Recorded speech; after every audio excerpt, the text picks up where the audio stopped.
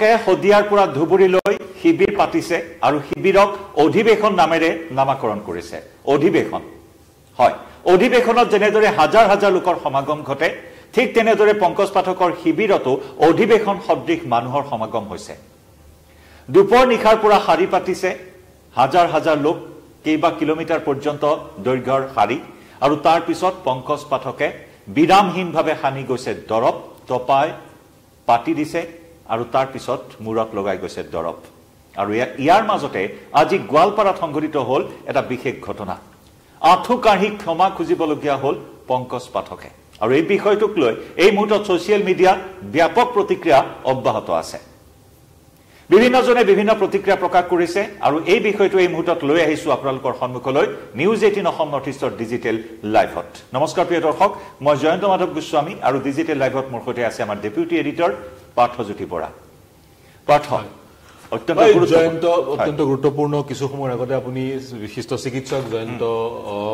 বিশ্ব শৰ্মাৰ সৈতে কথা পাতিছিলে আপুনি সামাজিক মাধ্যমৰ কথা কৈছে সামাজিক মাধ্যমত মূলতঃ দুটা দৃষ্টিভংগীয়ে চৰ্চা লাভ কৰিছে এটা হৈছে পংকজ পাঠক এই ছবিখনে চাগৈ অনাগত সময়ত পংকজ পাঠকক আমনি কৰিব দুটা দৃষ্টিভংগী প্ৰথমটো হৈছে তেওঁ যি চিকিৎসা সেই চিকিৎসা ভুৱা ইত্যাদি ইত্যাদি আৰু দ্বিতীয়টো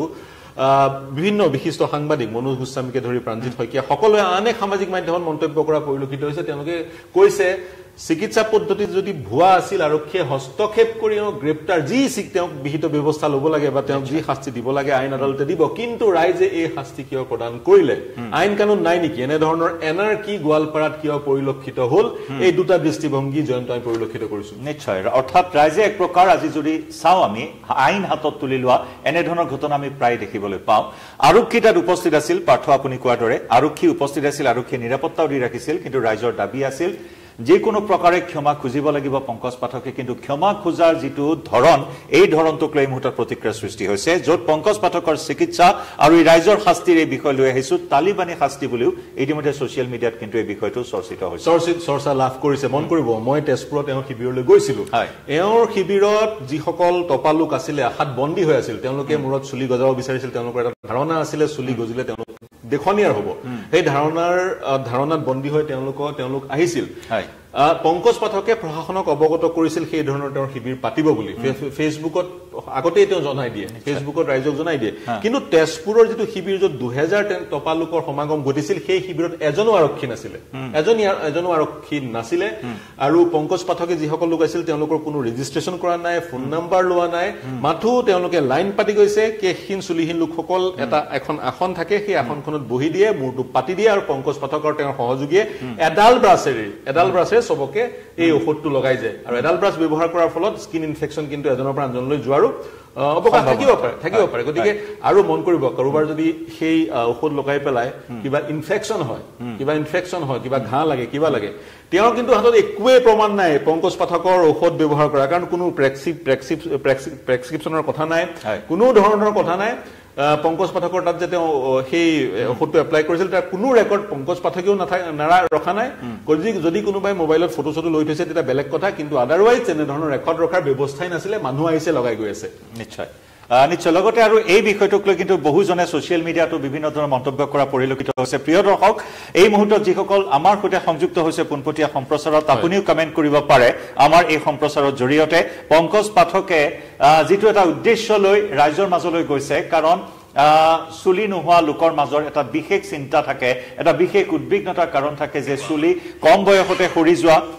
বিভিন্ন কাৰণত চুলি সৰি যায় মানুহৰ আৰু টপামূৰীয়া হৈ পৰে বিভিন্ন ক্ষেত্ৰত বা কেশহীন হৈ পৰে গতিকে সেই লোকসকলক এই সেৱা আগবঢ়াবৰ বাবে পংকজ পাঠকে এই ধৰণৰ শিবিৰৰ ব্যৱস্থা কৰিছে বিগত এটা পষেক ধৰি এই বিষয়টোক লৈ যিহেতু বিতৰ্ক হৈ আছে প্ৰিয় দৰ্শক আপুনিও কমেণ্ট ছেকশ্যনত কমেণ্ট কৰিব পাৰে আপোনাৰ দৃষ্টিভংগীৰে এয়া কি সঁচাকৈ পংকজ পাঠকৰ যাদু আছে নেকি এই দৰবত কাৰণ গুপ্ত বিদ্যা বুলি কোৱা হৈছে পাৰ্থ গুপ্ত বিদ্যাৰ জৰিয়তে ঈশ্বৰৰ নাম লৈ তেওঁ দৰব সানি গৈছে ঈশ্বৰৰ নাম লৈ গুপ্ত বিদ্যা বুলি কৈছে মই সুধিছিলো যে আপুনি ট্ৰায়েল কৰে নে নকৰে তেওঁ তেতিয়া কৈছিলে ট্ৰায়েল আমি ৰাজহুৱাকৈ কৰাৰ প্ৰয়োজন নাই সকলোকে দেখুৱাই আমি ট্ৰায়েল কৰিম নেকি তেনে ধৰণৰ তেওঁৰ মন্তব্য দ্বিতীয়তে মই সুধিছিলো গুপ্ত বিদ্যা মানে কি তেওঁ কৈছে 14টা উপাদানেৰে তেওঁৰ সেই ঔষধটো তেওঁ প্ৰস্তুত কৰে আমি দেখিছিলো ড্ৰামত ঔষধ লৈ আহে ঔষধটো বিনামূলীয়া কিন্তু সেই ঔষধটো লগোৱাৰ পিছত যি তেল আৰু মলম লগাব লাগিব সেয়া 200-400 টকা যদি মন কৰিব তেজপুৰতে যদি 2000 টপালোকৰ সমাগম ঘটিছিল তেওঁ 80000 টকা উপাৰ্জন কৰিলে কিন্তু তেওঁৰ খৰচো আছে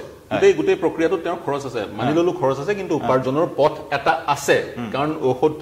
ঔষধটোহে বিনামূলীয়া কিন্তু তেল আৰু মলম মত 200-400 টকা ইনভেষ্ট কৰাৰ প্ৰয়োজন আছে সেই দাম দিব লাগে এতিয়া মন কৰিব তেওঁৰ যিটো ঔষধ যিটো গুপ্ত বিদ্যা তেওঁ কৈছে গুপ্ত বিদ্যা মই সুধিলো গুপ্ত বিদ্যা মানে কি তেওঁ কৈছে যদিহে মই ৰাজহুৱা কৰি দিওঁ এই যি ধৰণৰ ঔষধ নিৰ্মাণ কৰা প্ৰতিষ্ঠানসমূহ ফাৰ্মা কোম্পানীসমূহে সেই ইনগ্ৰেডিয়েন্টছবোৰ লৈ ঔষধ প্ৰস্তুত কৰি ব্ৰেণ্ড এটা লগাই বহুত দামত বিক্ৰী কৰিব যাৰ ফলত দৰিদ্ৰ টপাসকল বঞ্চিত হ'ব তেনে ধৰণৰ মন্তব্য কিন্তু এটা ব্যৱস্থা আছে ভাৰত চৰকাৰৰ সেই ব্যৱস্থাটোৰ যোগেদি আয়ুৰ্বেদিক মেডিচিনসমূহ পৰিচালিত হয় ক্লিনিকেল ট্ৰায়েলৰ যোগেদি মেডিচিনসমূহ পৰিচালিত হয় কিছু সময়ৰ আগতে আপুনি জয়ন্ত বিশ্ব শৰ্মাৰ সৈতেও কথা পাতিছিল তেওঁ নস্যাৎ কৰি দিছে সম্ভৱেই নহয় বুলি কৈছে আৰু ক্লিনিকেল চিকিৎসাই নাই চুলি গজাব পৰা কোনো চিকিৎসা নাই হেয়াৰ ট্ৰান্সপ্লান্ট কৰা হয় কিন্তু চিকিৎসা নাই বুলি তেওঁ কৈছে চিকিৎসা নাই বুলি কৈছে আৰু তাৰ সমান্তৰালকৈ যদি ট্ৰায়েলৰ কথা কওঁ জয়ন্ত ভাৰতবৰ্ষৰ ট্ৰায়েল কেনেকৈ হয় RCT হয় ৰেণ্ডমাইজিং কন্ট্ৰোল ট্ৰায়েল হয় দুই ধৰণৰ গ্ৰুপ থাকে এটা গ্ৰুপে দুই ধৰণৰ পদ্ধতি থাকে এটা পদ্ধতিত লোকসকল পাৰ্টিচিপেন্টছ থাকে অংশগ্ৰহণকাৰী থাকে তেওঁলোক স্বইচ্ছাই আহে আৰু তেওঁলোকক যিটো ঔষধৰ ওপৰত পৰীক্ষা নিৰীক্ষা চলাই থকা হৈছে সেই ঔষধটো তেওঁলোকৰ শৰীৰত দিয়া হয় আৰু আন কিছু ব্যক্তি থাকে প্লেচিবো বুলি যাক কোৱা হয় ইনএক্টিভ সাবষ্টেন্স শৰীৰৰ ভিতৰত তেওঁলোকক সোমাই দিয়া হয় কিন্তু তেওঁলোকে গম নাপায় তেওঁলোকক কোৱা হয় যিটো ঔষধৰ পৰীক্ষা নিৰীক্ষা চলি আছে সেইটোৱে তেওঁলোকৰ শৰীৰত সোমাই দিয়া হৈছে দুইটা গ্ৰুপৰ মাজত কি আমি দেখা পাওঁ দুইটা গ্ৰুপৰ মাজত কি এফেক্ট দেখা পোৱা গৈছে কি প্ৰভাৱ দেখা পোৱা গৈছে সেইবোৰ নোট ডাউন কৰা হয় এক দীঘলীয়া গৱেষণাৰ পদ্ধতি আৰু central drug standard control organisation যিটো আছে CDSCO সেই অৰ্গেনাইজেশ্যনটোৱে ক্লিনিকেল ট্ৰায়েলসমূহ পৰীক্ষা কৰে আৰু আয়ুৰ্বেদিক ঔষধৰ ক্ষেত্ৰত মিনিষ্ট্ৰী অফ আয়ুষ আছে একালত যিটো মিনিষ্ট্ৰীৰ মন্ত্ৰী আছিল সৰ্বানন্দ সোণোৱাল আৰু সেই মিনিষ্ট্ৰীটোৱে আয়ুৰ্বেদিক মেডিচিনৰো ক্লিনিকেল ট্ৰায়েলৰ পোষকতা কৰে কিন্তু যিটো আমাৰ ভাৰতবৰ্ষৰ ট্ৰেডিশ্যনেল নলেজ পাৰম্পৰিক বা পুৰণি যি আমাৰ চিকিৎসা পদ্ধতি সেইটোকো কিন্তু তেওঁলোকে নস্যাৎ নকৰে দুইটা যাতে সমান্তৰালকৈ যাওক traditional knowledge plus clinical trial গতিকে আয়ুৰ্বেদৰ ক্ষেত্ৰত যিহেতু ক্লিনিকেল ট্ৰায়েল আছে পংকজ পাঠকে যদি ক্লিনিকেল ট্ৰায়েল নকৰাকৈ সেই মেডিচিন এপ্লাই কৰিছিলে তেতিয়া আৰু আমি কেতিয়া গৈছিলো যোৱা শুক্ৰবাৰে আমি গৈ পেলাই তেওঁ কি কৰি আছে সমগ্ৰ অসমৰ জনতাক দেখুৱাইছিলো তাৰ পিছতো কিন্তু প্ৰশাসন হস্তম হোৱা নাছিলে যাৰ ফলশ্ৰুতিত আমি এনে ধৰণৰ এক আজি ঘটনা দেখিবলৈ পালো আৰু বিভিন্নজনে কমেন্টতো কৈছে যে কবিৰাজী চিকিৎসাৰ বাবে মেডিকেল কাউন্সিলৰ কোনো সাৰ্টিফিকেটৰ প্ৰয়োজন নাই বুলি বিভিন্নজনে কমেন্টতো ইতিমধ্যে এই কথা প্ৰকাশ কৰিছে হয় কিমান যুক্তিসংগত কবিৰাজী এটা বিষয় কবিৰাজী গোটেই পদ্ধতিত চৰকাৰে স্বীকৃতি প্ৰদান নকৰে মানুহৰ আস্থা বিশ্বাসৰ মাজত গোটেই প্ৰক্ৰিয়াটো চলি থাকে আস্থা বিশ্বাসৰ মাজত প্ৰক্ৰিয়াটো চলি থাকে আপুনি দেখা পাব বহু লোকে জৰা ফুকাও কৰে কিন্তু জৰা ফুকা স্বীকৃতিপ্ৰাপ্ত এক বিদ্যা নহয় আৰু গুপ্ত বিদ্যা বুলি কোনো কথাই নাই যি বিদ্যা আছে সেই ইতিমধ্যে চৰকাৰে কঠোৰ আইন আনিছে জৰা ফুকাৰ বিৰুদ্ধাচৰণ কৰি চৰকাৰে কঠোৰ আইন আনিছে জৰা ফুকাক বহুতে অন্ধবিশ্বাস বুলি ক'ব বিচাৰে বা অন্ধবিশ্বাস হয়ও কিন্তু বহুতে জৰা ফুকা মানি থাকে জৰা ফুকাৰ যি চিকিৎসা সেয়া মানি থাকে আস্থা আৰু বিশ্বাসক কেন্দ্ৰ কৰি কিন্তু মই কৈ আছো যিহেতু ক্লিনিকেল ট্ৰায়েল কৰিব পাৰি আয়ুৰ্বেদিক মেডিচিনৰ চৰকাৰৰ পোষকতা কৰিছে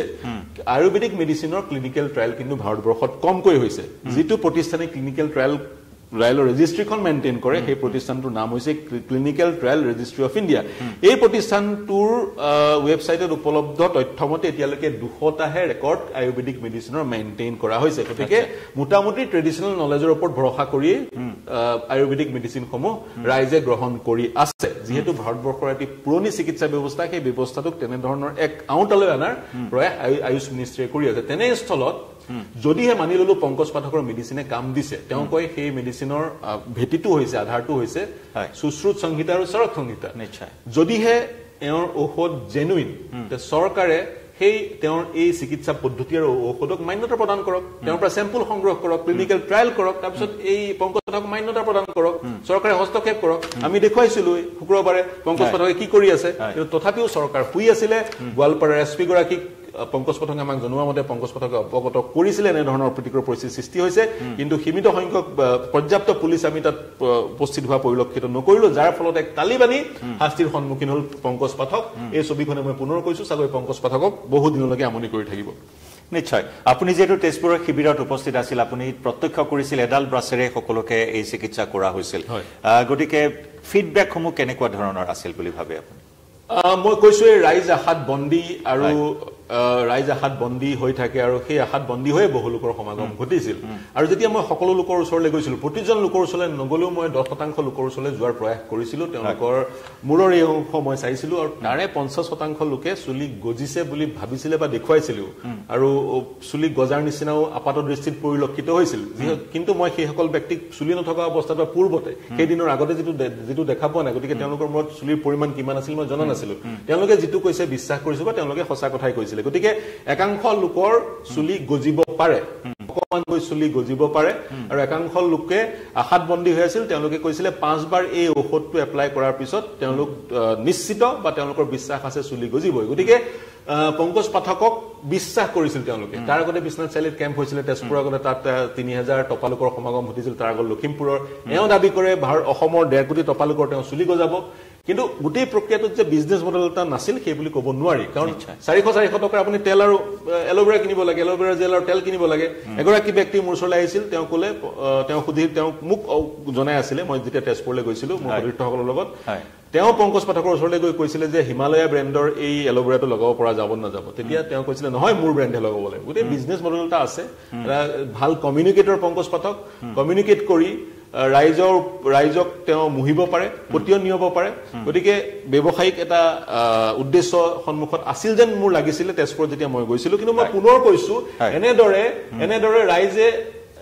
আইন হাতত তুলি লোৱাৰ যি সুযোগ সেই সুযোগ প্ৰশাসনে দিব নালাগিছিল গোৱালপাৰাৰ এছপি গৰাকীয়ে দিব নালাগিছিল যদি অবৈধ কাম কৰিছে যদি অবৈধভাৱে ভুৱা চিকিৎসা কৰিছে আৰক্ষীয়ে গ্ৰেপ্তাৰ কৰিব লাগিছিল ভাৰতীয় যি আইন ব্যৱস্থা সেই আইন ব্যৱস্থাৰ অধীনত গতিকে আপুনি কোৱাৰ দৰে চৰকাৰী বিষয়ত পৰীক্ষা নিৰীক্ষা কৰি মান্যতা প্ৰদান কৰিব পাৰি নেকি এই বিষয়ত যথেষ্টখিনি থল আছিল কিন্তু গোৱালপাৰাত যেটো এটা পৰিস্থিতিৰ সৃষ্টি হ'ল বিভিন্নজনে এই বিষয়টো প্ৰতিক্ৰিয়া প্ৰকাশ কৰিছে এই মুহূৰ্তত আমাৰ সৈতে সংযুক্ত হৈ থকা দৰ্শকসকলে পৰাণ পৰাখৰ তেওঁ কৈছে যে বন দৰৱৰ বহুত গুণাগুণ আছে লগতে তৰুণ ভৰালী গৰিহণা জনাইছে পংকজ পাঠকৰ ওপৰত ৰাইজে প্ৰদান কৰা এই শাস্তিক লগতে বহুত বেছি বেয়া হ'ল জন্তি দত্তই উল্লেখ কৰিছে পাৰ্থ যদি চোৱা হয় পংকজ পাঠকে যিসমূহ ইয়াৰ পূৰ্বে নিদান দি আহিছে বিধান দি আহিছে ঘৰুৱা বিধান বিভিন্ন ৰোগৰ এই ক্ষেত্ৰত বহুজনে বহু উপকৃত হোৱা বুলি বিভিন্ন সময়ত কোৱা হৈছে কিন্তু বাৰে বাৰে এনে ধৰণৰ এটা বিতৰ্ক কিন্তু আছে পংকজ পাঠকৰ সৈতে মিঠি গুটিৰে চিকিৎসা কৰি জনপ্ৰিয়তা লাভ কৰিছিল আনকি বান্দৰ কেকুৱাৰেও তেওঁ চিকিৎসা কৰা কথা উল্লেখ কৰিছিল তেতিয়াও বিতৰ্ক হৈছিল আকৌ এবাৰ বিতৰ্ক হয় আৰু আকৌ এবাৰ বিতৰ্কতাৰ সমান্তৰালকৈ কালি এটা তেওঁ পোষ্ট দিছিলে ৰাজীৱ দীক্ষিতৰ কথা তেওঁ উল্লেখ পৰিলক্ষিত হৈছিল ৰাজীৱ দীক্ষিতে ৰাজীৱ দীক্ষিতৰ কথা তেওঁ উল্লেখ কৰিছিলে আৰু সেইগৰাকী ব্যক্তি যি ধৰণে নিষেধ হৈছিল অনুৰূপ ধৰণে তেওঁকো নিষেধ কৰা হ'ব বুলি তেওঁ আশংকা প্ৰকাশ কৰিছিলে আৰু যদিহে তেওঁৰ তেনে ধৰণৰ কিবা আশংকা আছিল তেওঁৰ ওপৰত আক্ৰমণ কৰা হ'ব বুলি তেওঁ সেই কথা আৰক্ষীক জনাইছিল নাই আৰু আৰক্ষীক যদি তেওঁ পোনপটীয়াকৈ জনোৱা নাছিল এওঁৰ ফেচবুকৰ যোগেদি আৰক্ষী অৱগত হৈছিল নাই যদি আৰক্ষী অৱগত হৈছিলে তাৰ আগতেই কিয় ব্যৱস্থা গ্ৰহণ কৰা নহল বা যদিহে তেনে ধৰণৰ আশংকা মূল ব্যক্তিজনে প্ৰকাশ কৰিছিল গোৱালপাৰা প্ৰশাসনে তেওঁক এই কামটো কৰিবলৈ শিবিৰ পাতিবলৈ অনুমতি কিয় প্ৰদান কৰিলে কাৰণ গোৱালপাৰা প্ৰশাসনে দেখি আছে য'ত তেওঁ গৈছে বহু লোকৰ সমাগম ঘটিছে আহাতবন্দী সেই সকল লোক সমাগম ঘটিছে আৰু এগৰাকী মহিলাই আজি পংকজ পাঠকেও ভুল কাম এটা কৰিছে কাৰণ এগৰাকী মহিলা গৈছিলে মহিলাগৰাকী উইক পৰিহিত উইকটো খুলিবলৈ তেওঁ তাত অমান্তি হৈছিলে নিবিচাৰিব পাৰে ৰাজহুৱা কৰিব নিবিচাৰিব পাৰে আৰু সেই মহিলাগৰাকীক দুৰ্ব্যৱহাৰ কৰিছিল আৰু স্থানীয় এগৰাকী চিকিৎসককো দুৰ্ব্যৱহাৰ কৰিছিল গতিকে শিক্ষক এগৰাকী দুৰ্ব্যৱহাৰ কৰিছিল যাৰ ফলস্বৰূপে ৰাইজৰ ৰোষৰ বলি হ'ল ৰাইজৰ ৰোষৰ বলি হোৱাৰ পিছত ৰাইজেও আৰক্ষীক অৱগত কৰিব লাগিছিল পংকজ পাঠকেও আৰক্ষীক অৱগত কৰিব লাগিছিল বা প্ৰশাসনেও হস্তক্ষেপ কৰিব লাগিছিলে আৰু আপুনি যিটো প্ৰশ্ন সুধিছে তাৰ আগতে ৰাজীৱ দীক্ষিতৰ কথাটো কৈ ল'ব লাগিব ৰাজীৱ দীক্ষিতক তেওঁ গুৰু মানে ৰাজীৱ দীক্ষিত হৈছে এগৰাকী ব্যক্তি যিজনে IITত পঢ়িছিল IIT খড়গপুৰত তেওঁ উচ্চ শিক্ষা গ্ৰহণ কৰিছিল মাত্ৰ 43 বছৰ জীয়াই আছিল 2010 চনত তেওঁৰ জন্মদিনৰ দিনা 30 নৱেম্বৰ তাৰিখে মৃত্যু হৈছিল দীক্ষিতৰ আৰু এগৰাকী ব্যক্তিয়ে এক আন্দোলন গঢ়ি তুলিছিল ভাৰতবৰ্ষত আৰু সেই আন্দোলনৰ যোগেদি তেওঁ ক'ব বিচাৰিছিলে যে সকলো চিকিৎসাৰ নিৰাময় বা সকলো চিকিৎসাৰ সলিউশন সমাধান আয়ুৰ্বেদত আছে আৰু এলোপেথিক তেওঁ সম্পূৰ্ণৰূপে নস্বাত কৰিছিল মন কৰিব যিদিনাখন তেওঁৰ মৃত্যু হৈছিল বা যিদিনাখন তেওঁৰ মৃত্যুৰ আগমুহূৰ্তত তেওঁ এলোপেথিক চিকিৎসা গ্ৰহণ কৰিবলৈ অমান্তি হৈছিল মৃত্যুৰ কাৰণ চিকিৎসকে ক'ব বিচাৰে কাৰ্ডিয়াক এৰেষ্ট বুলি কিন্তু মৃত্যুৰ আগমুহূৰ্তত তেওঁ এলোপেথিক চিকিৎসা গ্ৰহণ কৰিব বিচৰা নাছিল 43 বছৰ বয়সত তেওঁৰ 2010 চনৰ 30 নম্বৰ মৃত্যু হৈছিল মৃত্যুৰ কাৰণ কিন্তু আনুষ্ঠানিক কাৰণ কাৰ্ডিয়াক এৰেষ্ট কিন্তু এওঁ কৈছে কিবা ষড়যন্ত্ৰ আৰু কৈছে তেওঁৰ একে ধৰণৰ তেওঁকো সেই ষড়যন্ত্ৰ বলি কৰোৱা হ'ব বা আক্ৰমণৰ তেওঁ সন্মুখীন হ'ব যদিহে তেওঁ কালিয়ে আশংকা প্ৰকাশ কৰিছিল আৰক্ষী প্ৰশাসনে সময় উপযোগী ব্যৱস্থা গ্ৰহণ কৰিব লাগিছিল আৰু যদিহে ব্যৱস্থা গ্ৰহণ কৰিলে হয় ৰাইজে যি আইন হাতত তুলি ললে কেৱল এওঁই নহয় এওঁৰ সহযোগী সকল পিছফালে চাওক সকলোৱে কাণত ধৰিছে আৰু যেতিয়া সেইগৰাকী ব্যক্তিৰ ওচৰত আঁঠু কাঢ়ি ভৰি চুই এওঁ ক্ষমা খুজিছে পংকজ পাঠকক কোনোবাই পিছফালৰ পৰা গুৰি আহিছে গতিকে ৰাইজে সম্পূৰ্ণৰূপে এইটো দৃশ্য ৰাইজে সম্পূৰ্ণৰূপে আইন হাতত তুলি ললে এওঁক ভুৱা যদি চিকিৎসক আৰু যদি তেওঁৰ চিকিৎসা পদ্ধতি ভুয়া আৰক্ষীয়ে গ্ৰেপ্তাৰ কৰিব লাগিছিল আৰক্ষীৰ হস্তক্ষেপ কিন্তু পৰিলক্ষিত নহল নিশ্চিতভাৱে লগতে আৰু এটা বিষয় পাঠ যদি আমি চাওঁ তেওঁ ৰাজহুৱাকৈ এই স্থানসমূহ বাছি ললে শদিয়াৰ পৰা ধুবুৰীলৈ বিগত এটা পষেক ধৰি তেওঁ এই সেৱা আগবঢ়াই গৈছে চুলি গজোৱাৰ এটা অভিযান তেওঁ আৰম্ভ কৰিছে ৰাইজৰ সেৱা কৰাৰ উদ্দেশ্য তেওঁ কৈছে নিশ্চিতভাৱে এটা মহান উদ্দেশ্য ৰাইজৰ সেৱাৰ বাবে তেওঁ আগবাঢ়িছে কিন্তু নিজৰ চেম্বাৰত এই কামটো নকৰি তেওঁ শিবিৰৰ এই ব্যৱস্থাটো কৰিলে শিবিৰত আমি সুধিছিলো শিবিৰ কিয় তেতিয়া তেওঁ কৈছিলে শিবিৰলৈ বহু লোক আহিব পাৰিব তেওঁ কৈছিলে তেওঁ কিয় শদিয়ালৈ কিয় গৈছে বা লখিমপুৰলৈ বিশ্বনাথ চাৰিআলিলৈ কিয় গৈছে তেওঁ কৈছে বহু এনেকুৱা দৰিদ্ৰ চুলিহীন লোক আছে যাৰ পইচাৰ অভাৱ গুৱাহাটীলৈ আহিবলৈ বা য'ত থাকে সোণাপুৰত থাকে আহিবলৈ তেওঁৰ পইচাৰ অভাৱ সেইকাৰণে তেওঁ নিজে গৈছে সেইসকল লোকৰ ওচৰলৈ কিন্তু পুনৰ কৈছো ব্যৱস্থাবোৰ যি ধৰণে তেওঁ কৰিব লাগিছিল সেই ধৰণে তেওঁ ব্যৱস্থা কৰা নাছিল ৰেজিষ্ট্ৰি মেইনটেইন কৰা নাছিল এডাল ব্ৰাছে ব্যৱহাৰ কৰিছিল আৰু সকলোতকৈ ডাঙৰ কথাটো গুপ্ত বিদ্যা তেওঁ কাকো নকয় এতিয়া মোৰ কিবা ৰোগ হৈছে মই ৰোগত ভুগিছো মই চিকিৎসকৰ ওচৰলৈ গৈছো চিকিৎসকে মোক কি ঔষধ দিছে ঔষধটোৰ কম্পজিশ্যন ঔষধটোৰ পৰা হ'ব পৰা পাৰ্শ্বক্ৰিয়া বা ঔষধটো খোৱাৰ পিছত মোৰ কিমান দিনৰ পিছত ভাল হ'ব ভাল নহ'ব সকলো মই জানিম নিশ্চয় কম্পজিশ্যনটো এটা মেণ্ডেটৰী নহয় কম্পজিশ্যনটো মেণ্ডেটৰী সকলো জানিম মই আৰু আয়ুৰ্বেদটো যাতে ক্লিনিকেল ট্ৰায়েল হওক আৰু আয়ুৰ্বেদৰ ঔষধসমূহৰ বিষয়ে ৰাইজ অৱগত হওক সেই কথা বাৰম্বাৰ সেই ব্যৱস্থাটোক এনকাৰেজ বাৰম্বাৰ আয়োজিত কৰি আছে আৰু সেই প্ৰক্ৰিয়াটোৰ মাজত যদি পংকজ পাঠকৰ ঔষধটো সোমাই পৰিলে হয় ৰাইজৰ একো ক'বলগীয়া নাছিলে আমি সুধিছিলো আপুনি ট্ৰায়েল কৰে নকৰে পুনৰ কৈছো তেওঁ কৈছে ট্ৰায়েল আমি কি ৰাজহুৱাকৈ কৰিম নেকি কিন্তু যি ভাৰতবৰ্ষৰ ট্ৰায়েলৰ ব্যৱস্থা সকলো ৰাজহুৱা ব্যৱস্থা গভৰ্ণমেণ্ট পাব্লিক ডমেইনত সকলো উপলব্ধ কৰিব লাগিব কাৰণ ৰোগী হিচাপে এজন ব্যক্তিৰ সম্পূৰ্ণ অধিকাৰ আছে জানিবলৈ তেওঁৰ শৰীৰত কি এপ্লাই কৰা হৈছে ক্লিনিকেল ট্ৰায়েলত যিসকল লোকে পাৰ্টিচিপেট কৰে অংশগ্ৰহণ কৰে তেওঁলোকেও স্বইচ্ছাই ভলণ্টিয়াৰলি চাইন কৰিব লাগে এখন কাগজত দস্তাবেজত যে তেওঁলোকৰ কোনো ধৰণৰ আপত্তি নাই ক্লিনিকেল ট্ৰায়েল কৰাওঁতে আৰু তেনেকৈ পেটেণ্টটো পোৱা যায় নহয় সেই ধৰণে তাৰপিছত গভৰ্ণমেণ্ট অফ ইণ্ডিয়াৰ যিটো ডিপাৰ্টমেণ্ট আছে central drug standard control organisation বা অন্যান্য যিবোৰ ডিপাৰ্টমেণ্ট আছে সেইবোৰে এটা ঔষধক মান্যতা প্ৰদান কৰে ইউজৰ কাৰণে ইমাৰ্জেঞ্চি ইউজ তাৰপিছতে কমাৰ্চিয়েল ইউজৰ কাৰণে তাৰপিছত আমি সেই ঔষধটো হস্পিটেলৰ পৰা ক্ৰয় কৰোঁ এই দীঘলীয়া ব্যৱস্থা য'ত মাইক্ৰ'বায়লজি জড়িত হৈ থাকে চিকিৎসক জড়িত হৈ থাকে বিজ্ঞানী জড়িত হৈ থাকে পংকজ পাঠকে সেই ৰুটটো বাইপাছ কৰি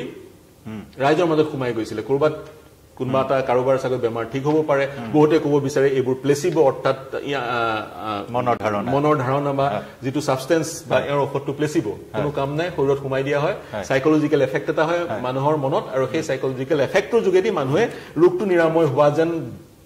ভাবে তেনেধৰণৰ এটা উপলব্ধি তেওঁলোকৰ হয় কিন্তু কোনো কাম নাই বুলি বহুতে ক'ব খোজে আমি নাজানো আমি সেই বিশেষজ্ঞ নহয় কিন্তু আমাৰ এটাই কথা যি প্ৰক্ৰিয়া ভাৰতবৰ্ষত আছে যিটো প্ৰক্ৰিয়াৰ যোগেদি আয়ুৰ্বেদিক এলোপেথিক সকলো হোমিওপেথিক সকলো ড্ৰাগছৰ ট্ৰায়েল হয় চৰকাৰে মান্যতা প্ৰদান কৰে ট্ৰায়েলৰ পিছত সেই ট্ৰায়েলৰ যোগেদিও এনেবোৰ ড্ৰাগছ পাৰ হৈ যাব লাগে তেতিয়া এনে ধৰণৰ সমস্যাৰ সৃষ্টি নহ'ব নহয় জানো নিশ্চয় কেইটামান কমেণ্ট আহিছে পাঠ যদি আমি পঢ়ি শুনাও ভুৱাই হওক বা যিয়ে নহওক টপামূৰত চলি আহিছে আতিকুৰ ৰহমানে আমাক জনাইছে আব্বাছ আলী তেওঁ জনাইছে যে বহুত বেয়া কাম কৰিছিল কোনে বেয়া কাম কৰিছিল অৱশ্যে তেওঁ স্পষ্টকৈ উল্লেখ নকৰিলে শাস্তি হয়তো তেওঁ বুজাব বিচাৰিছে আজি চুলি গজা লোক আছে চাওক হয় নিশ্চয় ভুৱাই হওক বা যিয়ে নহওক মূৰত কিন্তু টপামূৰত কিন্তু চলি আহিছে সেইটো কথা উল্লেখ কৰিছে অমিত ভুইহৰ তেওঁ উল্লেখ কৰিছে যে মই নিজেই ঔষধ ব্যৱহাৰ কৰি বহু উপকৃত হৈছো পংকজ পাঠক ৰাইজৰ শাস্তি দিয়াটো গ্ৰহণযোগ্য হোৱা নাই তেওঁ উল্লেখ কৰিছে হয় গতিকে এক ধৰণৰ ৰাইজে এনেধৰণে শাস্তি দিয়াটো কোনো গ্ৰহণ কৰা নাই এনেধৰণৰ আৰু পংকজ পাঠকৰ আচৰণ গ্ৰহণযোগ্য নাছিলে বিভিন্ন দুটা কথা পংকজ পাঠকৰ আচৰণ গ্ৰহণযোগ্য নাছিলে মহিলাক দুৰ্ব্যৱহাৰ কৰিছে শিক্ষক এজনক অৱসৰপ্ৰাপ্ত শিক্ষক এজনক জ্যেষ্ঠ ব্যক্তি তেওঁ সিনিয়ৰ চিটিজেন তেওঁ দুৰ্ব্যৱহাৰ কৰিছে তেওঁৰ সহযোগীয়ে প্ৰহাৰ কৰিছে গতিকে গোটেই ব্যৱস্থাটো ঠিকমতে আগবঢ়া নাছিলে পংকজ পাঠকৰ আচৰণত সমস্যা আছিলে প্ৰব্লেম আছিলে আৰু যিসকল লোকে আইন হাতত তুলি ললে তেওঁলোকে আইন হাতত তুলি ল'ব নালাগিছিলে আৰু মই পুনৰ কৈছো আৰক্ষী উপস্থিত হ'ব লাগিছিল এছপি গৰাকী উপস্থিত থাকিব লাগিছিল পংকজ পাঠকে এছপিলৈ ফোন কৰিছিল কিন্তু যি ধৰণে পৰ্যাপ্ত আৰক্ষী ব্যৱস্থা গ্ৰহণ নকৰিলে আৰু তাৰ সমান্তৰালকৈ লক্ষণীয় হ'ব কাৰণ তেওঁ দাবী কৰি আছে পংকজ পাঠকে অনাগত সময়ত শিবিৰ পাতি যাব আঠুকাঢ়ি যেতিয়া ক্ষমা লৈছিল তেতিয়াও তেওঁ কৈছে অনাগত সময়ত যিবোৰ শিবিৰ হ'ব সেই শিবিৰবোৰত এইবোৰ যিবোৰ সমস্যাৰ সৃষ্টি হ'ল সেইবোৰৰ ওপৰত তেওঁ ধ্যান ৰাখিব যাতে পুনৰাবৃত্তি নঘটে তাৰ ক্ষেত্ৰত তেওঁ ধ্যান ৰাখিব কিন্তু তেওঁক অনুমতি প্ৰদান কৰা হ'বনে গুৱাহাটীৰ শিবিৰৰ বা আন নামনি অসমৰ বিভিন্ন অঞ্চলত শিবিৰ পাতিবলৈ সেয়া লক্ষণীয় হ'ব ইয়াৰ পিছত চৰকাৰে কি ব্যৱস্থা গ্ৰহণ কৰে দুটা ব্যৱস্থা গ্ৰহণ কৰিব পাৰে তেওঁৰ যি ঔষধ সেই ঔষধ মান্যতা প্ৰদান কৰিব নহলে ঔষধ নিষিদ্ধ কৰিব নহলে এই ব্যক্তিগৰাকীক নিষিদ্ধ কৰিব লাগিব নহলে এওঁ যদি শিবিৰ পাতে সেই শিবিৰ যাতে সুচাৰুৰূপে পৰিচালিত হয় তাৰ কাৰণে প্ৰশাসনে সহায় কৰিব লাগিব নিশ্চয় অৰ্থাৎ প্ৰশাসনৰ ইয়াত সহযোগিতা লাগিব আৰু সমান্তৰালকৈ যিখিনি অভিযোগ প্ৰতি অভিযোগ আহিছে যে ষড়যন্ত্ৰৰ বলি হৈছে পংকজ পাঠক কিন্তু আজি তেওঁ নিজে স্বীকাৰ কৰিছে তেওঁ দুৰ্ব্যৱহাৰ কৰাটো হয় আৰু যাৰ বাবে ক্ষমা খুজিলে লগতে তেওঁ দৃঢ় প্ৰতিজ্ঞ যে অনাগত সময়তো তেওঁ এই শিবিৰসমূহ পাতি যাব অনুষ্ঠিত কৰি যাব কাৰণ ৰাইজৰ সেৱা কৰাই হৈছে তেওঁৰ উদ্দেশ্য তেওঁৰ দাবী এয়া 60 পৰা 70-80% পৰ্যন্ত চলি অহাৰ দাবী কৰিছে তেওঁৰ এই গুপ্তবিদ্যাৰ জৰিয়তে গতিকে লক্ষণীয় হ'ব আগন্তুক সময়ত প্ৰশাসনে কেনেদৰে সহযোগিতা আৰু জয়ন্ত যাওঁতে তাৰ সমান্তৰালে যদি আমি ধৰি ললো তেওঁ যদি ধৰি ললো কিছু লোক উপকৃত হ'ল কিন্তু কিমান লোক উপকৃত হ'ব তেওঁ নাজানে তেওঁ দাবী কৰিছে 60% লোক উপকৃত হ'ব কিন্তু যিবোৰ মেডিচিন আমি ব্যৱহাৰ কৰোঁ এলোপেথি হওক আয়ুৰ্বেদিকেই হওক ডক্টৰে প্ৰেছক্ৰাইব কৰাৰ পিছত আমি ব্যৱহাৰ কৰোঁ সেইবোৰ অলৰেডি ট্ৰাইড এণ্ড টেষ্টেড সেই পাৰ্টিচিপেণ্টবোৰৰ মাজত যি ক্লিনিকেল ট্ৰায়েল হয় ৰেণ্ডমাইজিং কণ্ট্ৰল ট্ৰায়েল হয়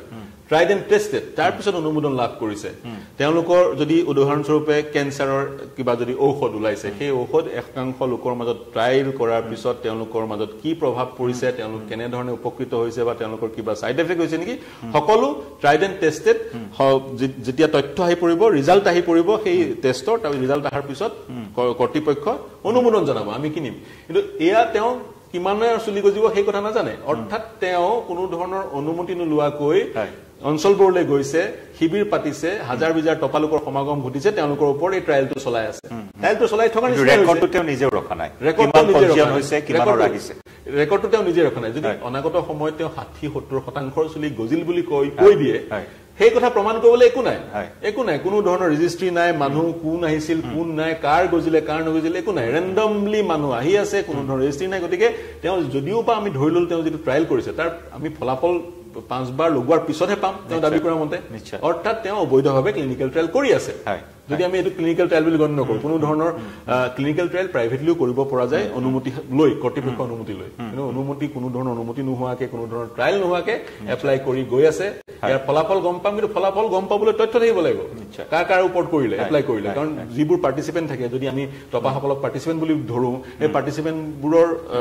এনেই বৈধ ক্লিনিকেল ট্ৰায়েলত সম্পূৰ্ণ তথ্য থাকে কিমান বছৰ কি পুৰণি বেমাৰ আছে ছচিয়েল মিডিয়াত চলি আহিল বুলি কৈ দিলেতো গতিকে গোটেই প্ৰক্ৰিয়াত কিছু সমস্যা আছে তাৰ মাজতে পুনৰ কৈছো কিছু লোক আহিছে আস্থা বিশ্বাসত বা কিছু লোক আহিছে আশাত বন্দী হৈ গতিকে চৰকাৰে হস্তক্ষেপ কৰি গোটেই বিষয়টো সুচাৰুৰূপে আগবঢ়াই লৈ যাব লাগে জয়ন্ত জ্যোতিষ শৰ্মা তেওঁ লিখিছে যে যিখন জিলাত 50% মানুহ অশিক্ষিত সেই ঠাইত ইয়াতকৈ আৰু কি আশা কৰিব পাৰি ইত্যাদি বিভিন্ন ধৰণৰ কথা জয়ন্ত বিশ্ব শৰ্মাই কোৱাৰ দৰে পাৰ্থ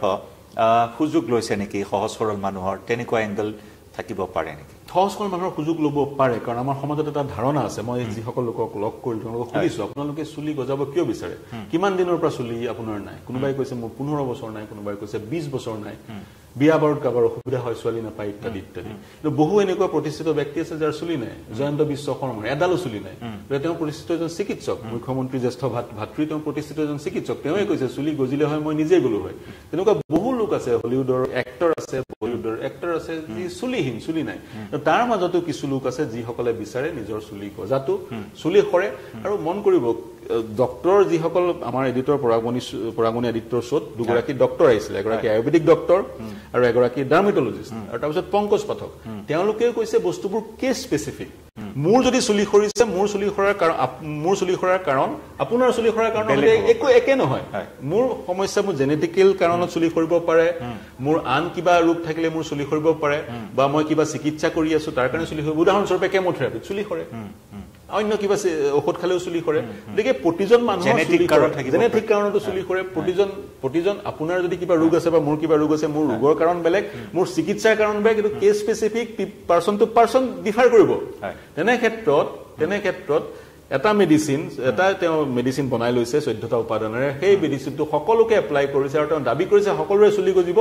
সেয়া অমূলক বুলি চিকিৎসা বিজ্ঞানীসকলে ক'ব বিচাৰে বা চিকিৎসকসকলে ক'ব বিচাৰে সাধাৰণ কথা আমি সকলোৱে জানো ক'ব বিচাৰে মই তেওঁৰ কেম্পত গৈছিলো কিন্তু তথাপি আপুনি যদি প্ৰশ্ন কৰিছে কিছু লোক আশাত বন্দী হৈ বা কিছু লোকে অতিষ্ঠ হৈ বহু মেডিচিন এপ্লাই কৰি বহু তেল এপ্লাই কৰি বহু জেল এপ্লাই কৰি একো ফল পোৱা নাই কিন্তু তেওঁলোকে বিচাৰে তেওঁলোকৰ চুলি গজক ট্ৰান্সপ্লান্ট কৰাৰ ধনো নাই মন কৰিব আজাৰবাইজানত আজিকালি খুব কম খৰচত হেয়াৰ ট্ৰান্সপ্লান্ট কৰিব পাৰি শৰীৰৰ অন্য স্থানৰ পৰা হেয়াৰ আনি চুলি আনি লগাব পাৰি কিন্তু তাতো বহুতে সুফল নাপায়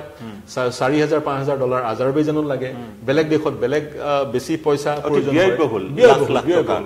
আৰু জয়ন্ত বিশ্ব শৰ্মাই কৈছে চুলি গজাব পৰা নাযায় ট্ৰান্সপ্লান্টহে কৰিব পৰা যায় তেনেধৰণৰ বহু প্ৰক্ৰিয়া আছে তৎসত্ত্বেও মানুহৰ মাজত শুনা যায় এই তেলটো ব্যৱহাৰ কৰিলে চুলি ডাঠ হ'ব এই তেলটো ব্যৱহাৰ কৰিলে চুলি ঘন হ'ব গতিকে তেনেধৰণৰ যিহেতু মানুহৰ মাজত প্ৰৱণতা আছে বিশ্বাস আছে বিজ্ঞাপনৰ যুগ এওঁ দাবী কৰিছে এওঁ মই কৈছো এজন ভাল কমিউনিকেটৰ মানুহৰ মাজত বিশ্বাস জগাব পাৰে কবিৰাজ বা এনেধৰণৰ ভণ্ড মানুহ সবৰে এটা ভাল স্কিল হৈছে কমিউনিকেশ্যন মানুহৰ বিশ্বাস আৰু আস্থা জয়ী কৰি তেনেধৰণে তেওঁলোকে বিজনেছটো চলাই যায় মই পংকজ পাঠকে সেই ধৰণে বিজনেছ চলাইছে বুলি ক'ব বিচাৰা নাই বা বন্ধ বুলি ক'ব বিচাৰা নাই সেয়া কোৱাৰ আমাৰ কৰ্তৃত্ব নাই বা ধৃষ্টতা সেই কৰিব বিচাৰা নাই সেয়া চৰকাৰে ক'ব নিজে যি ঔষধ বেচিছে সেই ঔষধক ক্লিনিকেল টেষ্ট কৰি ক'ব যি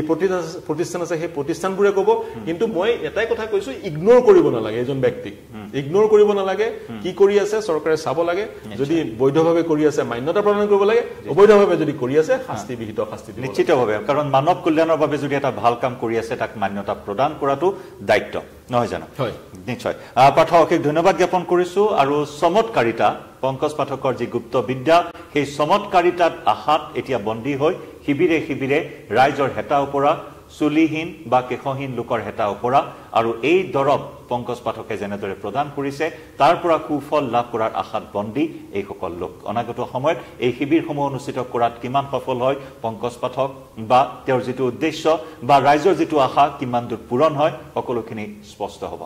লাইভৰ পৰা বিদায় লম হয় ধন্যবাদ